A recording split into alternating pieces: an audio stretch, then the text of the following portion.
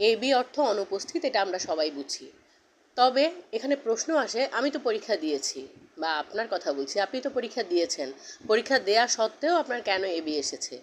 এর উত্তর হলো, পরীক্ষা দিয়েছেন ঠিকই, হয়তো আপনি আপনার স্বাক্ষর শিটে স্বাক্ষর করেননি, কিংবা আপনি আপনার খাতার যে নম্বরটি স্বাক্ষর শিটে লিখতে হয় সেটি লিখেননি, কিংবা সেটি লিখতে গিয়ে কোনো কারণে কাটাছেঁড়া বা ভুল লিখেছেন, এই কারণে আপনাকে খুঁজে পাওয়া যায়নি এবং আপনি যে পরীক্ষা দিয়েছেন সেটি যে সকল কাজের দ্বারা প্রমাণিত হয় সে কাজগুলোর মধ্যে কোনো একটি কাজ হয়তো আপনি করেননি কিংবা বাদ পড়ে গেছে, সেই কারণেই আপনাকে এবি দেখাচ্ছে।